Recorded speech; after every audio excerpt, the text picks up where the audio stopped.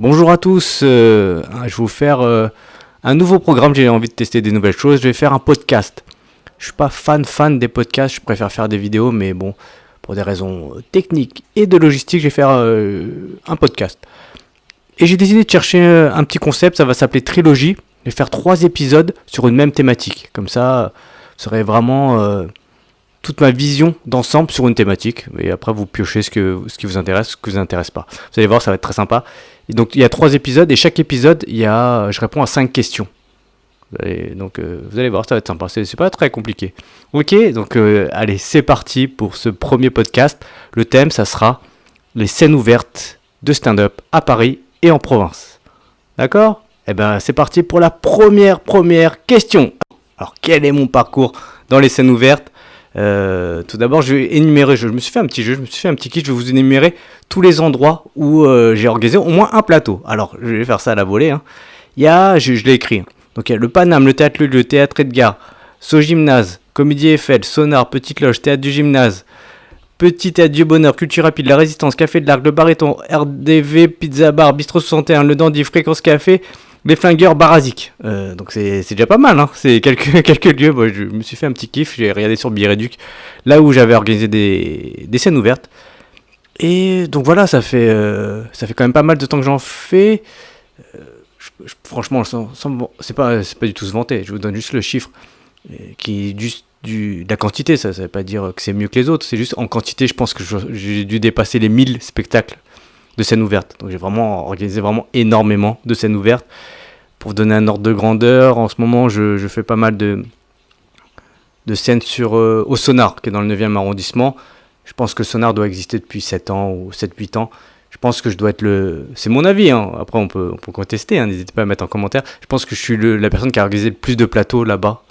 Je dois être le recordman de tous les spectacles qu'il y a eu. Je pense que je suis la personne qui a organisé le plus de spectacles. Et je pense que, numériquement parlant, je pense que je suis la personne qui a fait le plus de spectateurs aussi, avec les plateaux. Ça ne veut pas dire que c'est bien, je dis juste, vu la quantité, j'ai eu quelques spectateurs. Ça, et certains lieux, par exemple au Sonar, je gère jusqu'à 3. Pas des scènes ouvertes, c'est des spectacles d'élèves, mais on va dire, c'est plus ou moins, ça ressemble quand même un petit peu. 3 scènes ouvertes au Sonar, et à l'époque du théâtre du gymnase, du So-Gymnase, j'ai dit So-Gymnase, ouais. Je gérais des fois jusqu'à 3-4 scènes par semaine. Je présentais les auditions du So-Gymnase et je gérais aussi 2 spectacles de temps en temps. Et au Théâtre Edgar, c'était au Théâtre Edgar l'ancienne époque. Maintenant, il n'y a qu'une seule scène. Avant, il y avait deux scènes. Donc là-bas, à l'époque, je gérais, je crois à un moment donné, on jouait 3 fois par semaine aussi. Donc vraiment, j'ai vraiment joué dans pas mal de lieux, et il m'est même arrivé à un moment donné de gérer jusqu'à 7 scènes ouvertes par semaine. Donc c'est pas mal, c'est beaucoup. Que vous dire d'autre ? C'est pas pour me vanter, c'est juste pour vous expliquer. Et c'est même pas une vantardise, parce que c'est pas spécialement un exploit. J'étais l'un des premiers, je pense, humoristes à gérer autant de scènes ouvertes. Avant, quand je démarrais, il n'y avait pas beaucoup de comédiens qui géraient des scènes ouvertes. Et quand ils en géraient des fois 2, mais c'était à 15 jours d'intervalle. C'est-à-dire qu'une semaine, ils géraient un tel plateau qui devait rejouer 15 jours après. Et donc la semaine suivante, ils géraient un autre plateau. Donc maximum, j'étais l'un des premiers à cumuler les scènes dans différents lieux. Donc à un moment donné, ça arrive jusqu'à 7 scènes ouvertes par semaine. Bon, j'ai arrêté tout ça, mais juste pour vous dire. Et dernier petit truc pour vous voilà, c'est pas pour me vanter, c'est juste pour vous dire que vraiment je connais bien le domaine. Il y a 10 ans, j'avais inventé un concept, en tout cas j'étais l'instigateur de ce concept, d'une forme de plateau de scène ouverte, et voilà, depuis 10 ans, maintenant ça existe. Donc vraiment, ça a été de façon pérenne, même si je le gère plus. Comme l'idée de base, ça a été un relatif grand succès depuis 10 ans. Bon, c'est pas lié à moi, mais néanmoins j'étais à la base du concept, du titre du spectacle. Donc voilà, dès mes débuts, j'avais déjà quand même un peu pensé à tout ça, et j'ai vraiment géré énormément de scènes ouvertes. Donc voilà, c'est juste pour vous faire un petit CV, c'est pas pour faire ma starlette, c'est juste pour vous expliquer que je connais bien les spectacles en scène ouverte. Et on va dire scène ouverte, plateau, on va utiliser le même mot. Je suis plus vraiment sur les scènes ouvertes actuelles, mais je connais quand même relativement bien les scènes ouvertes de façon indirecte, parce que de mes anciens élèves qui gèrent des scènes ouvertes, en ce moment, je pense qu'il doit y avoir 10 à 15 scènes ouvertes par semaine gérées par des anciens élèves ou des élèves actuels de mon cours. Donc des fois je discute avec eux, donc j'ai un peu des retours. Donc voilà, c'est juste pour vous. Encore une fois, c'est pas pour faire je domine le game du plateau d'humour, parce que c'est pas le cas. C'est juste pour vous dire que je connais bien, sur une grande période, tout ce qui est scène ouverte, plateau. Et j'ai aussi joué pas mal en province. J'ai joué à Montpellier, j'ai joué un peu à Nantes, j'ai joué aussi à Bordeaux, j'ai joué à l'étranger, j'ai joué, comment ça s'appelle j'ai joué au Canada, je connais un petit peu ce domaine. Voilà, c'était juste pour le préciser.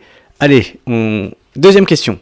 Je vais répondre à comment j'ai commencé à organiser des scènes ouvertes. Alors c'est très simple. Déjà, il y a 2 points qui sont... J'aime bien préciser, et des fois je le raconte à mes élèves, j'ai dû jouer au moins 50 fois mon spectacle en solo avant de faire des scènes ouvertes. Avant, j'avais pas besoin j'ai ni besoin ni l'envie de faire des scènes ouvertes, de jouer sur des scènes ouvertes avant ça, quoi. Voilà, j'ai pas eu besoin. J'avais pas fait des scènes ouvertes avant pour roder mon spectacle, j'avais joué mon spectacle à 4 humoristes, après à 3 humoristes et après à 2 humoristes. Mais à 2, j'ai dû faire 30 minutes, mais on a dû jouer 1 ou 2 fois. Mais après, rapidement, je me suis lancé ensuite dans mon spectacle. Alors, comment j'ai commencé à faire des scènes ouvertes? C'est très simple, en fait. C'est jouer à l'époque au Théâtre Le Lieu, qui est rue de Trévise. Et des fois, il y avait des... Je ne vais pas rentrer dans les détails, mais schématiquement, il y avait des spectacles, des comédiens qui faisaient du one-man show, ils ne pouvaient pas jouer. Et ils étaient engagés pour jouer, genre... On va dire, je dis n'importe quoi, tous les vendredis à 20h, et il y a sur un trimestre, et un vendredi, ils ne pouvaient pas parce qu'il y avait un truc ailleurs. Donc des fois, on me demandait, ou je me suis proposé, je sais plus, de les remplacer en faisant un plateau d'humour. Donc pour éviter que le créneau soit vacant, que la personne perde un créneau, on jouait pour lui. Donc j'organisais comme ça quelques petites scènes ouvertes avec des gens que j'avais croisés sur des plateaux. Donc j'ai commencé comme ça au Théâtre Le Lieu, gentiment. Après, j'y ai pris goût, et puis je connaissais quelqu'un qui gérait le Théâtre Edgar. Ça lui appartenait pas, mais en tout cas il gérait la direction artistique. Donc je lui envoie un petit mail et tout pour dire est-ce que je peux venir jouer au Théâtre Edgar, faire un petit plateau et tout. Et il m'a dit oui, et il m'a même programmé sur 3 dates et tout. Donc là c'était vraiment cool, c'était vraiment mes débuts dans les scènes ouvertes. Là c'était vraiment un peu le Stakhanoviste, c'était vraiment les 3, on jouait je crois samedi, dimanche, lundi, sans faire injure aux autres plateaux, franchement ça fait partie de mes meilleurs souvenirs, ce théâtre. À chaque fois que je passe devant, j'ai un petit, pas un pincement au cœur, mais j'aime bien ce lieu-là parce que ça me rappelle vraiment des bons souvenirs. Et c'est aussi l'époque où j'ai démarré un peu à faire des cours de stand-up, donc vers la fin des représentations au Théâtre Edgar, il y avait quelques élèves qui allaient, et voilà. Donc ça a commencé comme ça. C'était pas une volonté de ma part de faire des scènes ouvertes. Déjà, j'étais même pas un spécialiste de les pratiquer, d'y jouer, mais ça s'est fait vraiment très naturellement pour les organiser. Après, des fois, les gens ils pensent, je préfère dire les choses très simplement, ils pensent que j'ai fait des scènes ouvertes parce que ça se fait un peu actuellement. Que j'ai fait des scènes ouvertes parce que je jouais pas ailleurs. Alors, je le dis vraiment en toute décontraction. C'est pas la réalité. Bon, franchement, je sais pas, c'est toujours gênant de dire ça, mais j'ai joué plus ou moins quand je le souhaitais, et j'ai pas une envie folle de jouer non plus 5 jours sur 7 ou 3 fois par jour, j'en sais rien. Mais je jouais tout à fait convenablement, j'avais pas besoin d'organiser mes propres scènes ouvertes pour jouer. Il n'y avait pas de frustration d'aucune nature. Je l'ai fait vraiment une fois pour Théâtre Le Lieu pour dépanner. Et après, j'avais pris goût. Donc je l'ai fait au Théâtre Edgar. Après, voilà, je commençais plus en plus à me faire connaître via mes scènes ouvertes. Et donc d'autres gens me proposaient de faire des scènes ouvertes. Et après, c'est l'engrenage, ça ne s'arrêtait plus. Et donc j'ai fait beaucoup de scènes ouvertes. Voilà comment j'ai commencé, tout à fait naturellement et sans... je dis très franchement, sans arrière-pensée. Par exemple, souvent les gens ils me parlent, quand vous tapez scène ouverte Paris, et il y a mon site, voilà, il y a la liste des scènes ouvertes. Très simplement, je l'ai faite bien avant que je fasse des cours. Je l'ai faite il y a super longtemps, cette liste, elle a 10 ans, elle est mise à jour régulièrement. Et je l'ai faite parce qu'en fait, les gens me demandaient comment je faisais pour jouer sur tel plateau. Donc au final, j'ai juste fait une liste. Et à chaque fois, j'envoyais ce lien pour que les gens trouvent la liste des scènes ouvertes. Mais je l'ai fait très naturellement et sans aucune arrière-pensée. J'avais pas un objectif d'aucune nature. Donc voilà comment j'ai commencé les scènes ouvertes. On passe à la question suivante. Alors, pourquoi faire des scènes ouvertes? Alors, pour moi, c'est la meilleure des questions. Et je vous parle de mon cas, et après, je vais parler des cas un peu plus de chacun, de chaque personne. Pourquoi j'ai commencé à faire des scènes ouvertes? En fait, au début, c'était à l'époque, hein, chacun avait son spectacle. C'était beaucoup de gens qui avaient des spectacles et qui faisaient des scènes ouvertes pour faire la promotion de leur spectacle. C'est-à-dire qu'on montrait un extrait de 5 minutes, des fois on formatait un passage exprès pour les scènes ouvertes pour faire la promo de son spectacle. Des fois, certains faisaient même des extraits qui n'étaient pas dans leur spectacle. Donc voilà, c'était surtout la promo de son spectacle. Maintenant, ça a changé parce qu'aujourd'hui, on n'a plus trop besoin de ça parce que grâce à YouTube, Facebook, tout ça, tu peux montrer des extraits de ton spectacle, tu feras toujours plus de vues, souvent en plus de vues que à faire trop de scènes ouvertes. Voilà, maintenant, on y va plus pour s'entraîner, pour faire un réseau. Voilà, peut-être ça marche pour certains, mais pour certains, ça marche quand même de faire des scènes ouvertes pour remplir leur salle. Mais c'est pas non plus la plupart des gens que vous allez croiser en scène ouverte, ils n'ont pas de spectacle en promotion, donc ils font juste des scènes ouvertes. Je sais pas, faut leur demander pour s'entraîner, pour se montrer, ou même j'en sais rien, pour être heureux. Hein, je sais pas, faut leur demander. Mais techniquement, ils font pas des scènes ouvertes pour la promo de leur spectacle, car essentiellement, il y en a la plupart, j'en sais rien, je dis à la louche. Je pense que plus de 80% des gens qui font des scènes ouvertes n'ont pas de spectacle en promotion. Ils disent pas à la fin, venez voir mon spectacle, ils disent venez sur ma page Facebook ou j'en sais rien, sur Instagram. Voilà. Donc ça, pourquoi je faisais des scènes ouvertes, c'était un petit peu pour faire la promotion de mon spectacle à l'époque. Et pour m'entraîner un petit peu, je testais un petit peu, mais sans plus, franchement. Et maintenant, pourquoi j'en ai organisé? Alors là, c'est la bonne question. La bonne question. Très clairement, au début, je le faisais par plaisir. Après, c'était amusant de rencontrer du monde, puis de composer son propre plateau. Donc ça, c'était cool. C'était vraiment très sympa. Après, clairement, c'était plus un engrenage. C'est que comme les gens m'identifiaient comme quelqu'un qui organisait des scènes ouvertes. Donc chaque lieu m'appelait pour organiser des scènes ouvertes. Certaines personnes de voir ça comme j'en sais rien, comme si j'étais un peu un spécialiste du truc. Et après moi-même, voilà, quand tu arrives à un certain chiffre, je sais pas ce qui se passe, mais ouais, effectivement, c'est peut-être l'ego. T'as envie de gérer 3, 4, 5, 6, 7 scènes ouvertes, effectivement, et c'est pas que ça te monte à la tête, c'est qu'au bout d'un moment, effectivement, tous les jours, les gens t'écrivent, donc tu peux te croire un peu important, alors que t'es pas du tout important. Les gens, ils veulent juste jouer sur ta scène ouverte, mais de toi, ils s'en foutent, tu vois. Ils veulent juste venir faire un truc chez toi. Ce serait toi, ce serait un autre, ce serait pareil. Donc clairement, il y a eu un engrenage qui a fait que j'ai commencé à gérer trop de scènes ouvertes, mais moi-même, je savais pas pourquoi j'en faisais autant, quoi. On faisait souvent 2 spectacles par soir, 2 scènes ouvertes par soir. Genre, même des fois, on faisait, je crois, au Café de l'Arc, pas au Café de l'Arc, au Rendez-vous Pizza Bar, on faisait j'organisais jusqu'à 3 spectacles le même soir. C'était vraiment à la volée, genre 3 ou 4, hein, je crois. Il y avait un truc, c'était le night show, ça finissait à 22h30.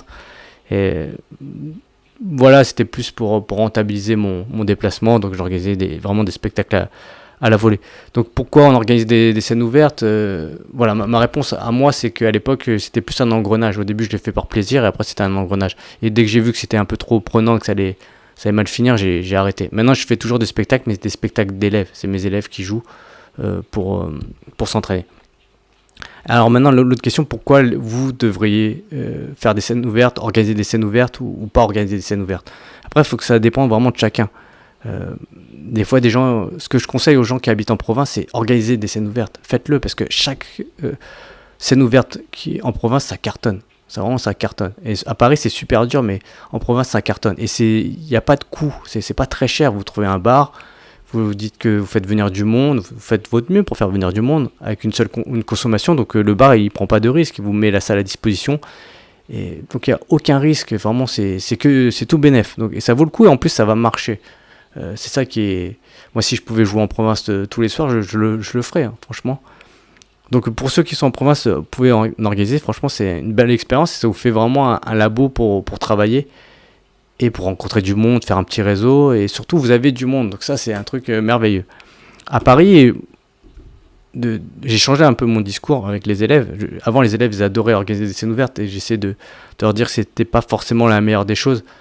Mais maintenant, je suis plus coulant. Je leur dis juste, c'est pas forcément la meilleure des choses, mais voilà, s'ils veulent faire des scènes ouvertes, s'ils veulent en organiser, bon, si je peux les aider ou leur donner des conseils, je le fais. Pourquoi à Paris, déjà, il y a beaucoup trop de scènes ouvertes. Il y a quasiment autant de scènes ouvertes que de comédiens. Et voilà, et le problème d'organiser des scènes ouvertes à Paris, c'est que ça va vous... je dis franchement, j'essaie de parler plus franchement. C'est pas que je parle pas franchement dans la vidéo, mais je fais un peu plus attention à mon discours. Je vais parler un petit peu plus franchement sur ces podcasts. C'est que ça va vous créer des inimitiés qui n'existaient pas avant.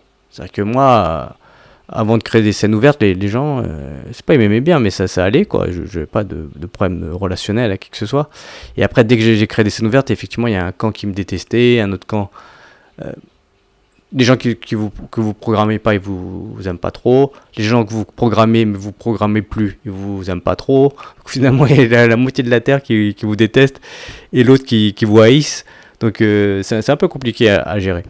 Donc voilà, quand vous gérez des scènes ouvertes, des fois des gens ils vont vous détester, alors que juste parce que vous leur répondez pas, ou voilà, ça va générer de la frustration. Donc ils vont pas vous inviter à des plateaux parce que vous les invitez pas à leur plateau. Donc ça devient un truc assez conceptuel.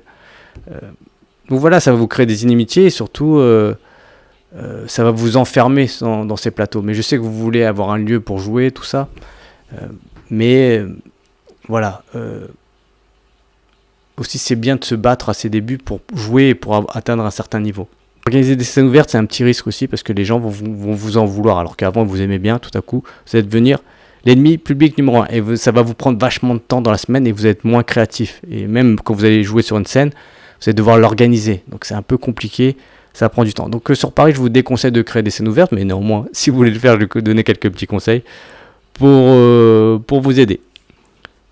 Et on va passer à la prochaine question.